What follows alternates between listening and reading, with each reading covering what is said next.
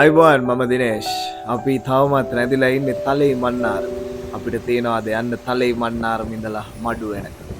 ඉතින් සොඳුරු සංචාරක ස්ථාන බොහෝමයකට මග කියන සුන්දර පාරාදීසයක් තමයි මන්නාරම තලේ මන්නාරම.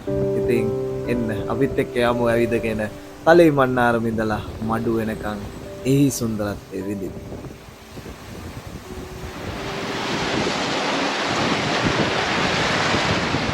පේනව නේද? මම ඉන්නේ තලේ මන්නාරම් උඩුවේ ජැටියේ මාමුල. ඉතින් මේක ඉහළට නගින්න ඇත්තම කියනවා නම් තහනම් දිරලා තියෙන්නේ. ඉතින් මේ පේනවනේ. මේකෙන් තමයි අපි අර ඈත ඉඳලා දැක්කේ. අපි කලින් හිටියේ අර හොලිඩේ බංගලෝ. ඉතින් නාවක කටයුතු වෙන්නේ මේක හරහා. ඉතින් ආවොතින් අමතක කරන්න එපා. තලේ මන්නාරම් ජැටිය බලලා යන්න. මාත් එක්ක ඉන්න ලොකු පීරිස් ඒත් එක්කම මෙතනින් එහා පැත්තේ තියෙනවා ප්‍රදීපාගාරය. අපි යමු ඒ පැත්තට.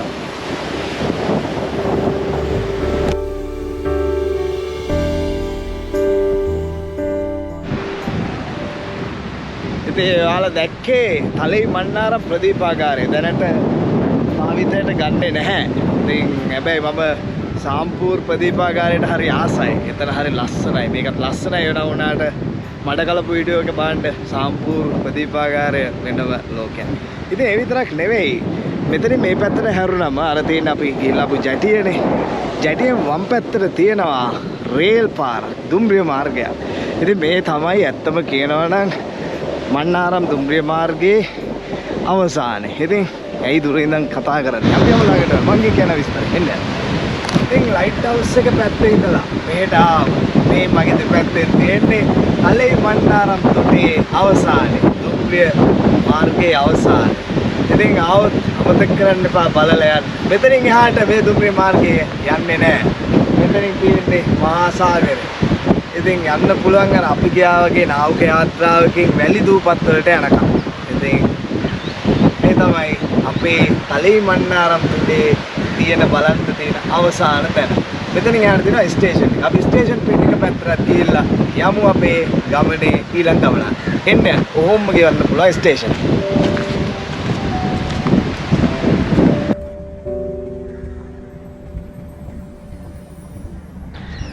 ඉතින් අපේ මිත්‍රයාට සමුදේලා අපි ආවා තලේ මන්නාරමේ මන්නාරමට. ඉතින් ඇත්තම කියන මගේ පසුපසින් පේන රූපරාමුවට වඩා බලන්න මේ මගේ ඉදිරියෙන් පේන. ඉතින් හිරු නික්ම යාමට ආසන්න වෙලා තියෙන්නේ හවස 5ට කිට්ටු වෙනවා. ඉතින් ඒත් එක්කම බලන්න මේ කලපුදියෙන් ඉරේලිය වැටිලා තියෙන සුන්දරත්වය. මේ තමයි තලේ මන්නාරම බෙල්ල. මන්නාරමට ඇතුල් වෙන්නේ අපේ අර දූපත වගේ ඇවිල්ලා මෙන්න මේ පාලමෙන්. එහා පැත්තේ තියෙනවා දුම්රිය මාර්ගේ. ওই මාර්ග දෙකෙන් තමයි මන්නාරමට ඇතුල් වෙන්න තියෙන්නේ. ඉතින් හරි. එහෙම්ම මේ පැත්තට ඔන්න වම් පසට යනම තියෙනවා තලේ මන්නාරම් කොටුව. දැන් තියෙනවානේ ඉංග්‍රීසි ලන්දේසි පෘතුගීසි හදපු කොටු වලින් දැනට මේ සම්පූර්ණ බලකොටුවක් විදියට තියෙන තැනක් තමයි මේ මන්නාරම් කොටුව. ඉතින් එළියේ ඉඳලා අර මොකක්ද කියන්නේ ලියන්න තියෙන මල්ල ඔබ බලන්න. අපි ඇතුළටම ගිහිල්ලා බලමු. මේ තමයි මන්නාරම් කොටුවට ඇතුල් වෙන්න තියෙන තැන.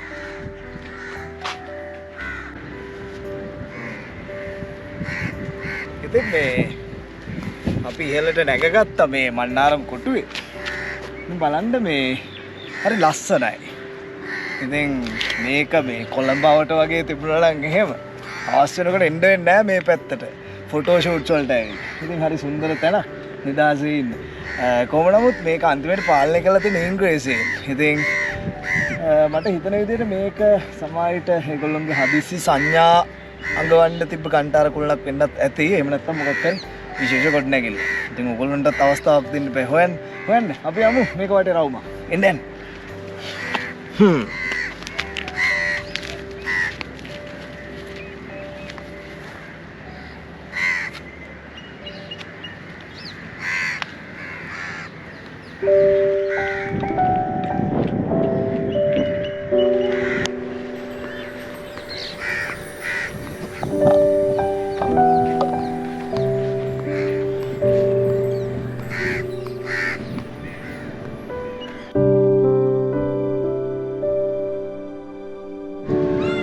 පාර බැම්ම දිගේ.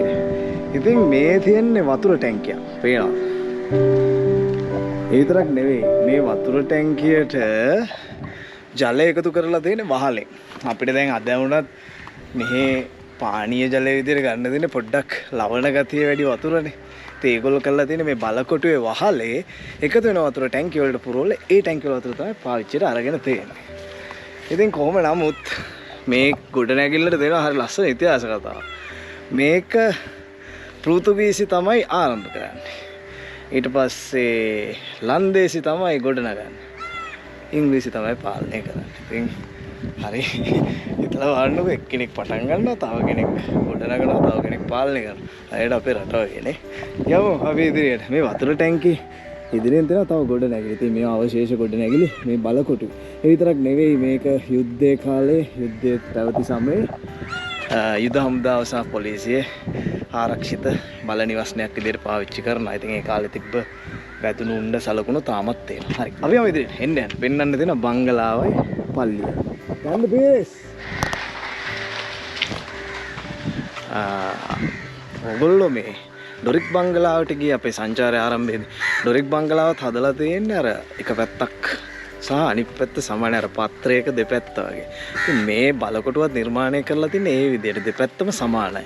ඉතින් ඒ වගේම මේකේ මැද්දේ බලකොටුවේ මැද නිර්මාණය කරලා තියෙනවා පල්ලියයි එංගරනම බංගලාව. ඉතින් අපිට පුළුවන් මේ පැත්තට ගිහිල්ලා ඒක බලන්න. මේ ඉර බහගෙන යන හැන්දෑවේ.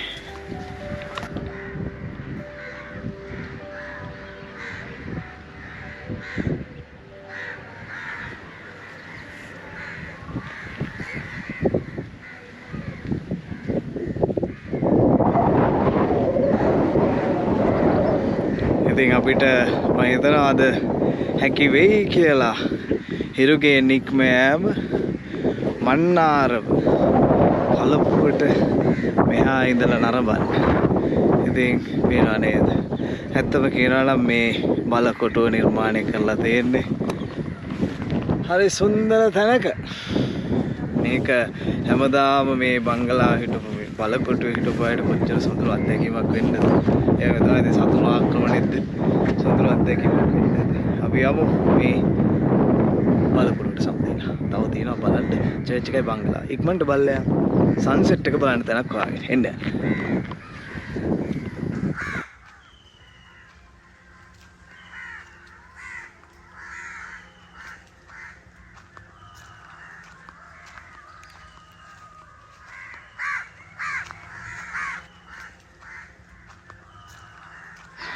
අපි දැන් මේ ඉන්නේ බලකොටුව මැද්දේ. මෙතන තියෙනවා පල්ලිය. එතකොට පල්ලියේ මෙහා පැත්තෙන් මේක තමයි මේ බලකොටුව පාලනය කරපු පාලනාධිකාරිය විසින් භාවිතා කරපු බංගලාව. පේනව නේද? ඉතින් බංගලාව තියෙන්නේ සමහර විට අර ආණ්ඩුකාරවරයාම එයාගේම නිවස්නේ වුණාද දන්නේ නැහැ. කොහොම නමුත් මේ පාලනය කරපු බංගලාව. පේනව නේද? මේකෙත් මේ සමහර තැන්වල තියෙනවා පතුරන් සලකුණු එහෙම. සමහර විට යම් කිසි කාලයක යුද ගැටුම් තිබුණු ප්‍රදේශයක් වෙන්න ඇති. හරි. කොහොම නමුත් අර පේන තල්ගස් මායිමෙන් ඉර බැහැගෙන යනවා. අපිටත් පුළුවන් ඉර බැහැගෙන යන එක බලාගෙන ඉන්න කලපුරලා. අපි යමු බලකොටුවට සමුදේලා. ඉතින් තවත් කාලයක් මේක සුරැකිව පවතින්න කියලා ප්‍රාර්ථනා කරගෙන යමු එළියට.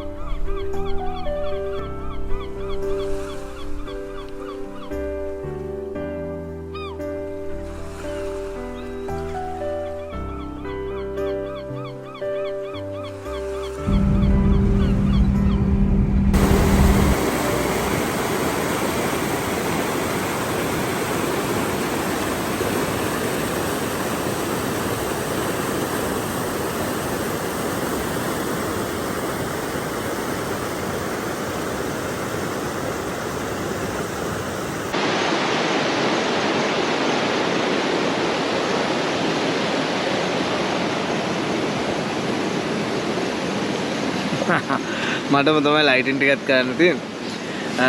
අපි ආව තලේ මන්නාරමෙන් මන්නාරමට. මන්නාරමෙන් නැවතත් විල්පත්තු එක කොටසකට තමයි මේ ඇවිල්ලා තියෙන්නේ. අපිට යන්න තේනවා මෙතන ඉඳලා දුර ගමන. ඉතින් ඒ ඕගොල්ලෝ දැක්කේ රාත්‍රියේ අපේ ගමනාන්තය. අපි අද මෙතන නතර වෙනවා. මෙතනින් ගලාගෙන යන ලස්සන දිය පාරක්. ඒ වගේ සොඳුරු තනකොළ පිට්ටනියක තමයි අපි කඳවුරු බැඳලා තියෙන්නේ. ඉතින් අර කුරුල්ලෝ වගේ අපිට යන්න තියෙනවා හෙට උදේ තවත් සුන්දර ගමනාන්තයන් කිහිපයක් හොයාගෙන. ජය.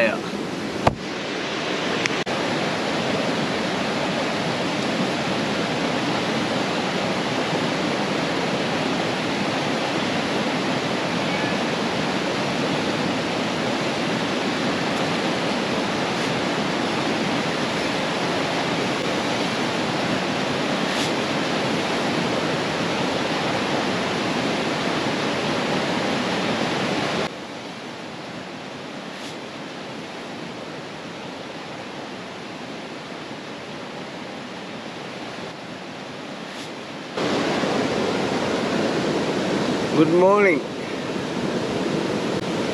අපි ඉන්නේ සුන්දර ගමනාන්තයක.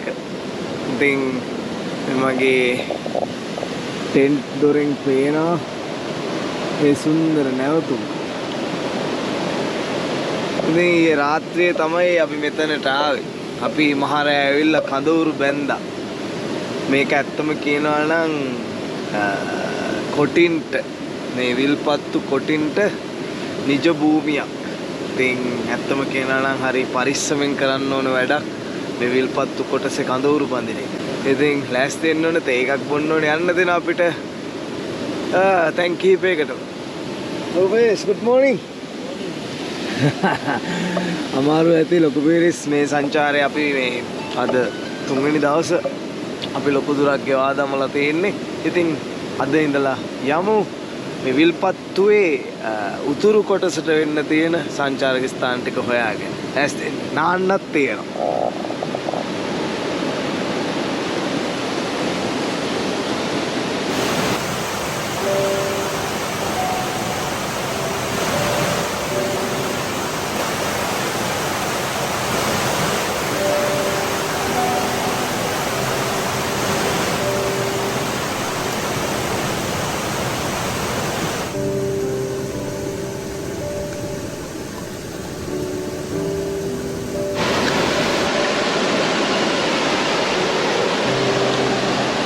ඇයි හොදන්නේ?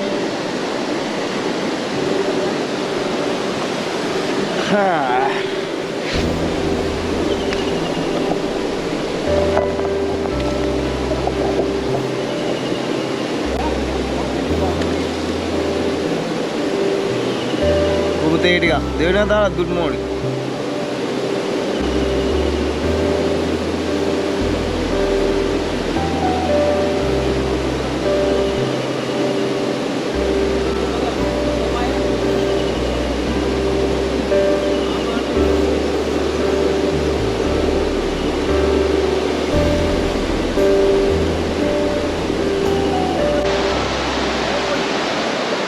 මේ ගලාගෙන යන්නේ යෝධ ඇල. මේක ගලාගෙන යනවා යෝධ වැවට. ඉතින් මේ වතුර ගලාගෙන එන්නේ කලා වැවේ. පේනවා නේද මේ රජවරුන්ගේ නිර්මාණ. ඉතින් විල්පත්තු මායිමෙන් තමයි මේ යෝධ ඇල ගලන්නේ. විතරක් නෙවෙයි එහා පැත්තෙන් තියෙනවා මල්වතුවේ. මල්වතුවේ තියෙනවා හරි ලස්සන සුවිශේෂී තැනක්. අපි බලමු අද අපේ ප්‍රධාන මේ සැලැස්ම තියෙන මඩුපල්ලියට යන්න. ඊට කලින් මල්වතුවේ බලන්න පුළුවන් වුණොත් එහෙම කරමු. එහෙම නැති වුණොත් මඩුපල්ලියට ගිහිල්ලා එන ගමන් අපි යම් මල්වතුවේත් බලන්න. ඉතින් ඇත්තම කියනවා නම් මේ විල්පත්තුව සහ මේ මඩුපල්ලිය ආශ්‍රිත ප්‍රදේශය හරිම පූජනීයයි. ඒ විතරක් නෙවෙයි මේ සෝභා සෞන්දර්යත්වයේ විඳින්න කියාපු තෝතැන්න. ඉතින් අපි දැන් පිටත් වෙන්න ඕන. අපි ටෙන්ට් එක අකුලගෙන නාලා පිටත් වෙමු. එක්කෝ මල්වතුවේ බලන්න නැත්තම් මඩුපල්ලිය. වෙනා නේද? වඳුරුන්ගෙන් නම් අඩුපාඩුවක් නැහැ. ඉතින් ආවතින් කැමරා උපකරණ එහෙම ඔය සම් කරගන්න.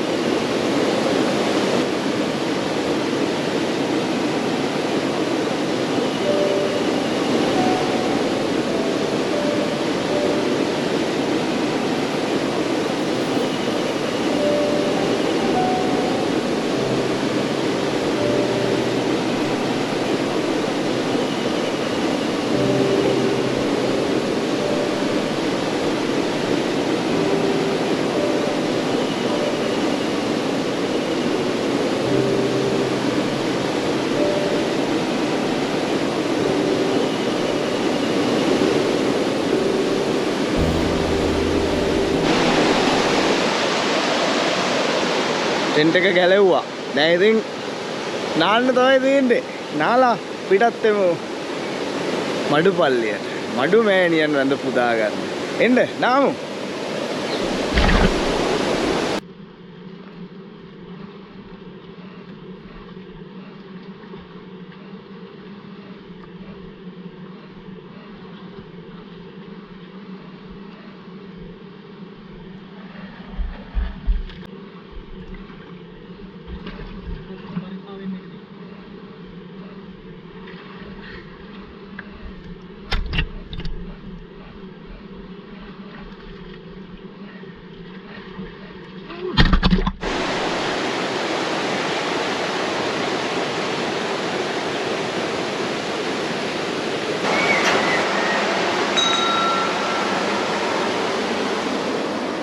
අපි නාපු තැනට ටිකක් උඩහින් යෝදාලා හරස් කරලා තියෙනවා හදලා අමුණු දෙකක් පේනවා නේද?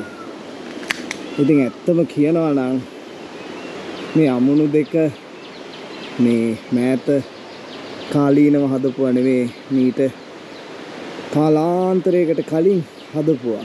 ඉතින් අදටත් ඒවා ඒ විදිහටම පවතිනවා. ඉතින් ඒ වගේම මේ බලන්න මෙතන තියෙනවා පත්තිනි මෑණියන්ගේ සහ ගණ දෙවියන්ගේ දේවාලයක්. ඉතින් මේක ගොඩාක් හාස්කම් කියලා තමයි කියන්නේ. ඒක අපිත් හිස මුදුනෙන් පිළිගන්නවා.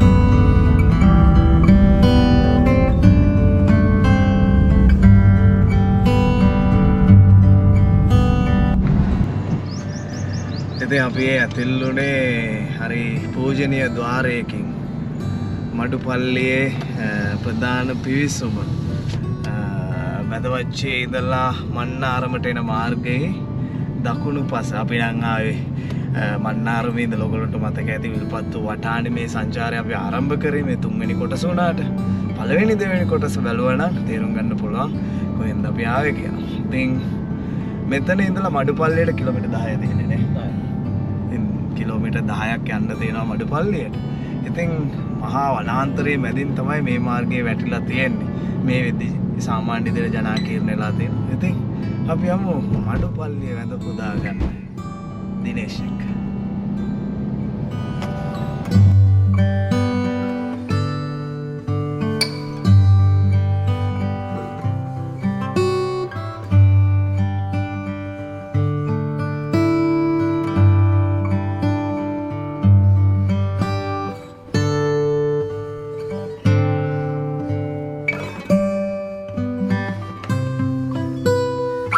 ඉතින් අපි මේ ඉන්නේ අර කිලෝමීටර් 10ක දුර වනාන්තරයේ මැදින් ගෙවාගෙන ආවට පස්සේ හමු වෙන මන්සන්දියේ. මෙතන ඉඳලා මීටර් 100ක විතර දුරින් තමයි මඩු දේවස්ථානය තියෙන්නේ. ඉතින් අපි ඇතුළට ගිහිල්ලා වැඳ පුදාගමු මඩු දේවස්ථානේ. එන්න.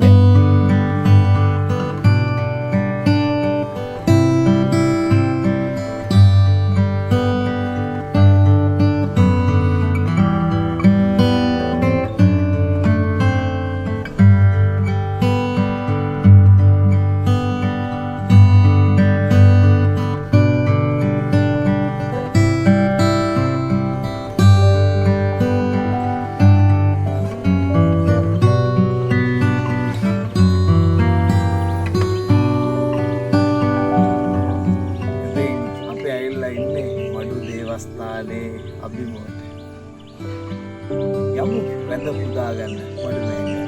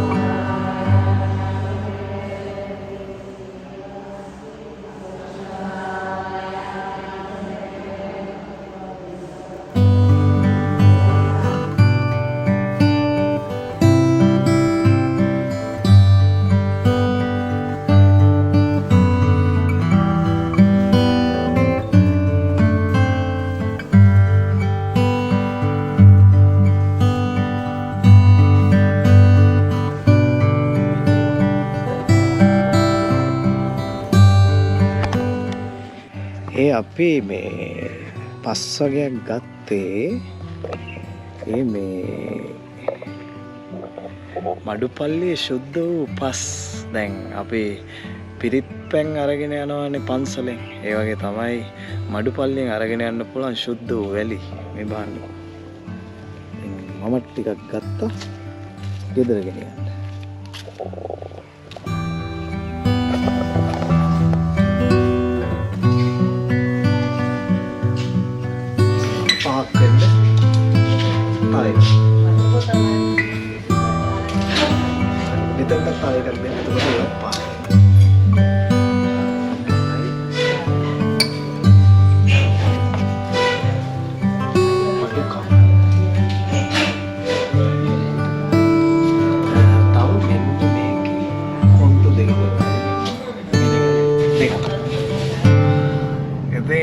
වැඳ පුදා ගත්තා මඩු දේවස්ථානේ මරද මඩු මෑණියන්. ඉතින් වනාන්තරයට යට වෙලා යුද්ධයෙන් බැටකාපු පරිසරයක තිබුණු සුවිශේෂ පූජනීය පල්ලියක්. ඉතින් සමුදෙනවා කතෝලිකයන්ගේ මුතුන් මල් කඩක් වූ මඩු දේවස්ථානයට. ඒ විතරක් නෙවෙයි දකින්න ඇති අපි ගත්ත අර කොන්ත කඩෙන් මේ සුබ පැතුම්පත්. ඉතින් මං සුබ පැතුම්පත් 4ක් තම 5ක් දෙන්න. ඉතින් එකක් මට දෙන්න වෙනවා අම්මට. ඉතින් 4 මට හැකි වෙයි කවුරු හරි මේල් එකක් හරි Instagram message එකක් හරි දැක්මොත් දිනේෂේ පැතුම් ඔයාලට එවන්න. ඇත්තටම මට address එක දැම්මොත් එවන්න පුළුවන්. පළවෙනි 4 දෙනාට මම අවංකවම එවන්නම්. 4 දෙනාට 3 දෙනාට. ඉතින් කොහොම නමුත් මේ මඩුපල්ලියත් එක්ක මගෙත් තියෙනවා ජීවිතේ පොඩි බැඳීමක් හේතුව මේ මගේ අම්මගේ තාත්තගේ ආදර කතාවෙත් යම්කිසි සම්දිස්ථානයක් තමයි මඩුපල්ලිය. ඉතින් ඒ ගැන මම ගොඩක් කියන්නේ නැහැ. ගෙදර ගිහිල්ලා අම්මෙන් කුටි කන්නේ නේද? ඉතින් මම මඩුපල්ලිය ඉඳන් සමුගන්නවා. අපිට යන්න තියෙනවා සැලකිය යුතු දුරක් මේ මාර්ගයේ ඊළඟ ගමනාන්තයට. ඉතින් බලමු අපි මේ විල්පත්තුව වටා කරපු සුන්දර සංචාරයේ ඊළඟ ගමනාන්තය කොහෙද කියලා. පේනවනේ බේබි ඩ්‍රයිවර් සූදානමින් අපිව රැගෙන යන්න ඊළඟ ගමනාන්තය. දෙවල් පාර good morning කියනවා. එතෙන් අපි සමගන්න අපේනවා නේද? මෙතනින් මේ ඉදිරිය මේ බැරියල් එකෙන් ඉස්සරහට තියෙන්නේ සම්පූර්ණයෙන්ම මේ මඩු රක්ෂිතය. ඉතින් කියනවා මඩු දේවස්ථානයේ පූජාව කාලෙට මංගල්‍ය කාලෙට මේ 4 වටේම මේ අවට බිම් කඩවල් වල සම්පූර්ණයෙන්ම කඳවුරු බැඳගෙන මේ මිනිස්සු මංගල්‍යයට සූදානම් වෙනවා. ආරංචි විදියට මේ වන තෙක් කිසිදු වනසතෙක්ගෙන් හානියක් කළා නැහැ. ඉතින් ලොකු බීස්ගේ ගෑනලා මම කතා කරලා මට තියන්න එනවා හිටියා. අපි යමු මේ මඩු මාර්ගයේ දිගේ ඊළඟ ගමනට.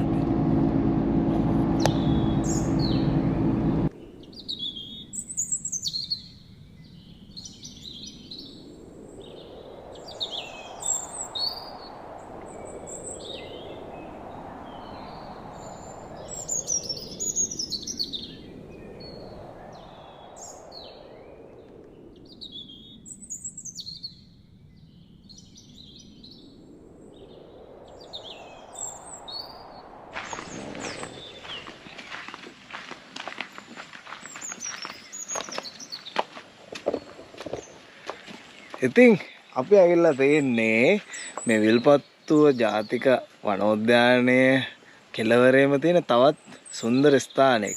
මෙතන දෙන එල්ලෙන පාලවක්. ඒක විතරක් නෙවෙයි මේ යන්නේ මල්වතුවේ උඩින්. ඔයගොල්ලන්ට මතක ඇති අපි මල්වතුවේ හරහා තමයි විල්පත්තේදී දෙතුන් පාරක්ම ආවේ. ඉතින් ගිහිල්ලා බලමු මේ එල්ලෙන පාලම උඩට.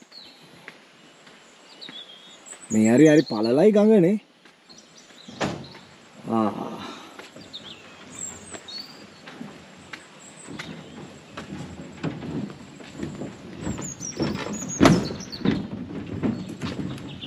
හෙල්ලෙනවා හොඳට.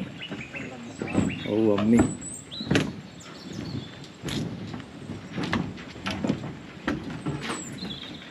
ඉතින් මේකේ තියෙනවා පරණ සපත්තු පාලමක් කියන. මේක දැන් මේ වෙද්දී අභාවයටපත් වෙලා තියෙන්නේ.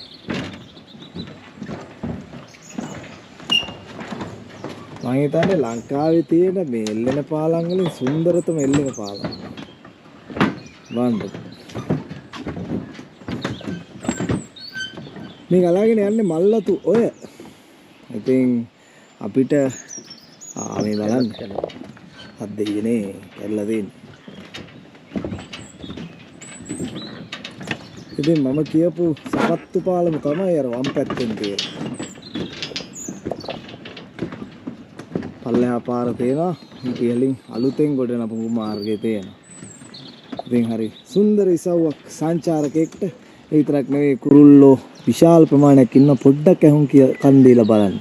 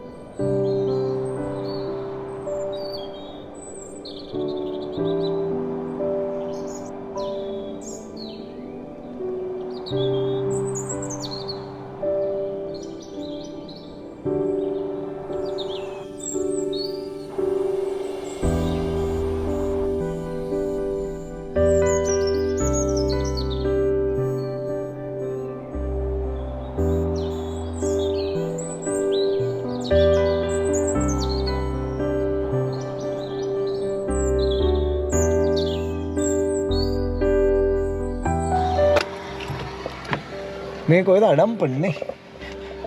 වවුනියා. වවුනියාලු කීවා කියනවා මේක කොහෙද මේ කොහෙද පවුනේ? චෙඩ්ඩිකුලම්. බොරු කියන්නේ පාලු චෙඩ්ඩිකුලම් තමයිනේ. අපි ඉන්නේ මේ චෙඩ්ඩිකුලම් වල. අපි අර එල්ලෙන පාලමේ ඉඳලා ආවා කිලෝමීටර් කොහමද බලගන්නක. ලෙදලා දෙනවා මේ තෝසි කඩයක්. ඉතින් අර මඩ කලපුවේ කෑවාගේ ඉතින් මඩුපල්ලි පැත්තට ඇදලා තෝසයක් කාලනු ගියොත් අපරාධෙන් එන්න කමු.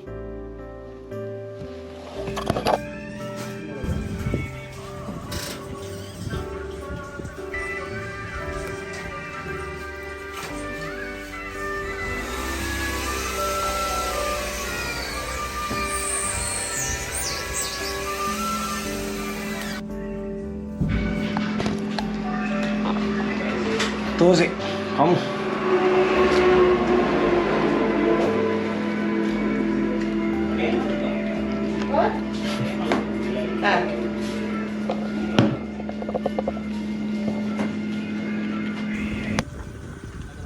Nih ya.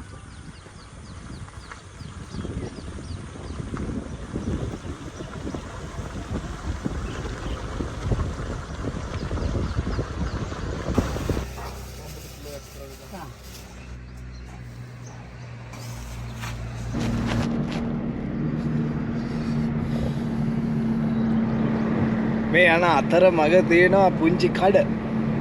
මේ ගමේ ගම්වැසියන් තමයි ඉතින් කරන්නේ. ඉතින් ඒකක නතර වුණොතින් අපි ගන්න තවත් කඩයක් දැකලා දැක්කා. ඉතින් මම ගත්ත පේරේ නැන්දට කියලා මිරිස් කුඩුයි ලුණු කුඩුයි දාලා කනවා.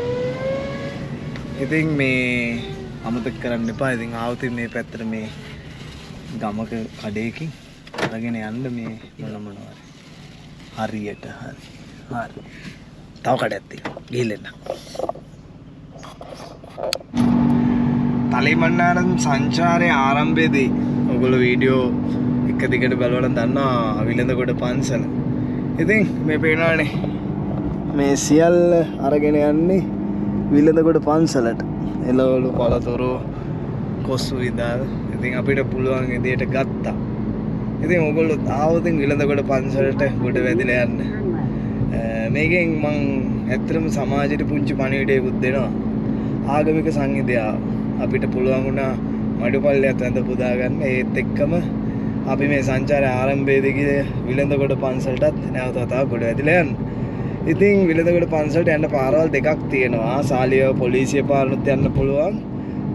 17 පාර නේ. 17 පාරනුත් යන්න පුළුවන්. 17 පාර තමයි හොඳ. ඉතින් කවුරු හරි යනවා නම් Google Map එකේ තියෙන 17 පාරෙන් යන්න. කාගෙන් හරි ගමේ කෙනෙක්ගෙන් ඇහුවොත් කියයි. ඉතින් අපි යමු විලඳකොට පන්සලට. විලඳකොට පන්සලෙත් පුංචි රූපරාම ටිකක් අරගෙන තව තියෙනවා මෙයාවට ඇවිදින්න තැන් ටිකක්. ඒ ටිකත් බලාගෙන යමු කොළඹට. පෙන්නන්නම් හැරෙන තැන විලඳකොට පන්සලට අපිට පුළුවන් වෙයි 17න් කොතනින්ද හැරෙන්නේ කියලා පෙන්නන්න.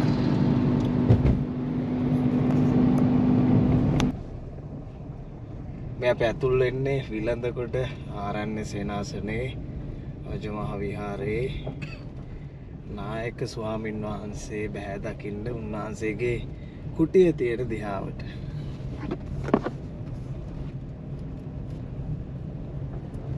ඉතින් මම මේ විලඳකොට පන්සල ගැන ලොකුවට කියන්නේ මේ විස්තරයක් කරන්න යන්නේ නැහැ. මක් නිසාදයත් මෙතන මේ සම්පූර්ණ රූප රචනාවක් තියෙනවා අපි කරපු මේ සංචාරය ආරම්භයේදී. ඉතින් ඒ හින්දා මම මෙතනින් අතර වෙනවා. අපි ස්වාමින් වහන්සේට අපි ගෙනාපු පිරිකර පූජා කරලා විලඳකොට පන්සලෙන් බලමු ඊළඟට යන්න තියෙන්නේ කොහෙටද කියලා. ඉතින් අපි උන්වහන්සේ බෑ දැකලා අපි ගෙනාපු පිරිකර පූජා කරලා ඉමු.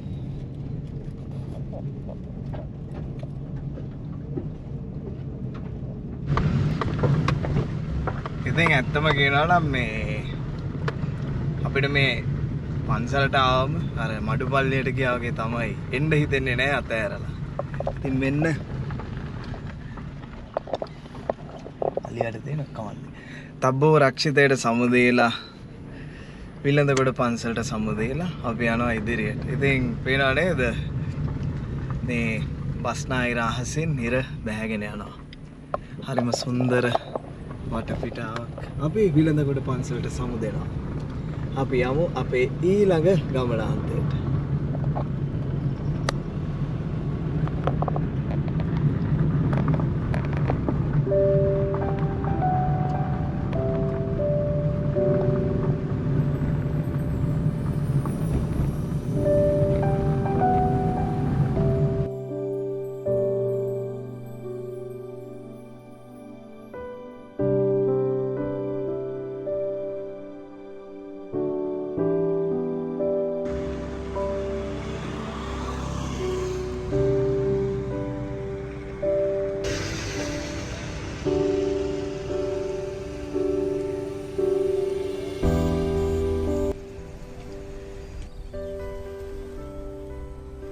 මේ අපි ඉන්නේ හලාවත වෙරළ තීරේ.